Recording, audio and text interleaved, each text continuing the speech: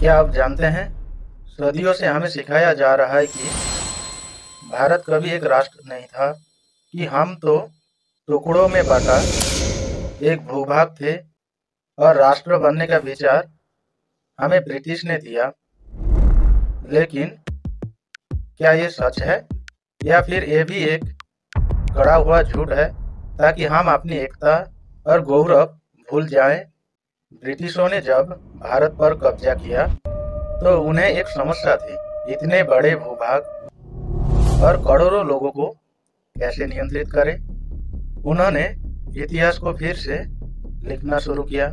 Divide and rule उनकी रणनीति थी। उन्होंने कहा, भारत एक भौगोलिक क्षेत्र है, कोई राजनीतिक या सांस्कृतिक एकता नहीं। उनके अधिकारी जेम्स मिल, विंसेंट स्मिथ और बाद में कुछ पश्चिमी इतिहासकारों ने ये प्रचारित किया कि भारत हमेशा से छोटे छोटे रियासतों में बटा था, जहां लोग अलग अलग भाषाएं, धर्म और पहचान रखते थे। लेकिन उन्होंने जानबूझकर एक बात छुपाई कि इस विविधता के भीतर एक गहरी सांस्कृतिक एकता हमेशा रही है। 2000 साल पहले चाणक्य ने अर्थशास्त्र में चक्रवर्ती छत्र के जिक्र किया, यानी संपूर्ण भारतवर्ष को एक राजनैतिक इकाई के रूप में देखने का विचार।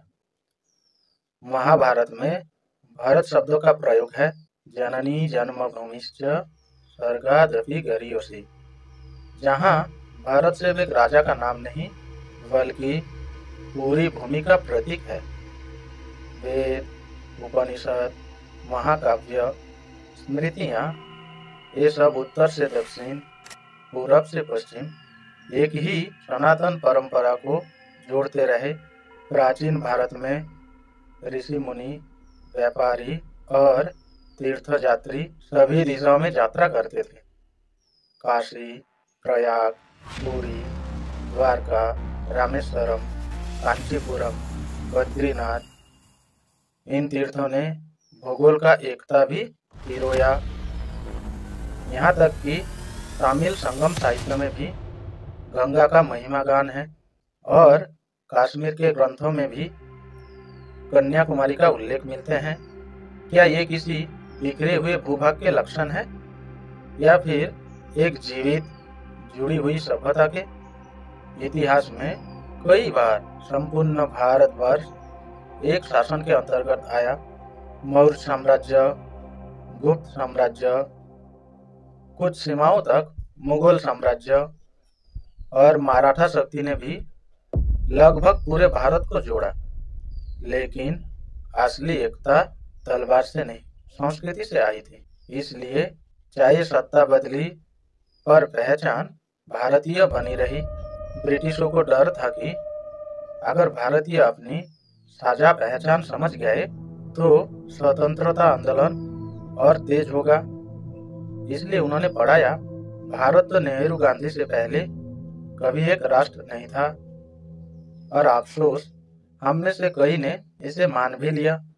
आज इतिहासकार और पुरातत्वविद कह रहे हैं, भारतवर्ष की सांस्कृतिक, भाषाई और धार्मिक एकता हजारों साल पुरानी है। डीएनए अध्ययन, भाषाई पैटर्न, स्थापत्य, पूजा पद्धति सब एक साझा विरासत की ओर इशारा करते हैं।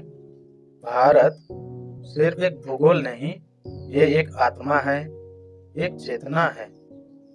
हमारे अलग अलग रंग, भाषा, खान पान हमें बांटते नहीं बल्कि समृद्ध करते हैं। तो अगली बार कोई कहे भारत कभी एक राष्ट्र नहीं था, तो गर्व से कहिए, भारत तब भी एक था, आज भी एक है और काल भी रहेगा। क्योंकि भारत एक राजनीतिक समझौता नहीं बल्कि एक सनातन सत्य है।